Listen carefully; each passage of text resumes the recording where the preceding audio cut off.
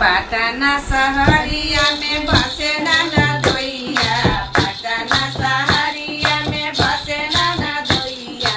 टिकावा होले अरे नाना दोइया, टिकावा होले अरे नाना दोइया, टिकावा होले अरे नाना दोइया। टिकावा पहिरी हम सुतला अंगनवा, टिकावा पहिरी हम सुतल अंगनवा।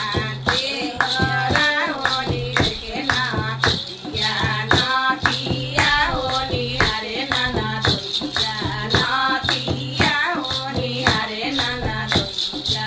हंसी बचे नाना दीदी, हंसी पूछे नाना दी, हंसी पूछे नाना दीदी, हंसी पूछे नाना दी। तोहारे पलो भाई नाना दोइया, तोहारे पलो भाई नाना दोइया, तोहारे पलो भाई नाना दोइया। छपरा सहरिया में बसे नाना दोइया, छपरा सहरिया में बसे नाना दोइया।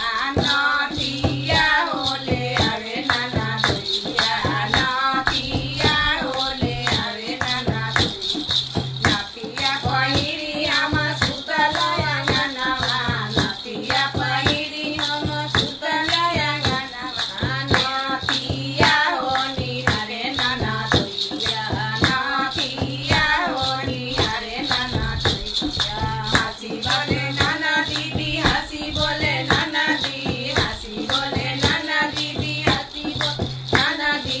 तोहारे पलो भाई नाना दोइया, तोहारे पलो भाई नाना दोइया, तोहारे पलो भाई नाना दोइया। इ नाना लोग खातिर गाना ह, ठीक बा।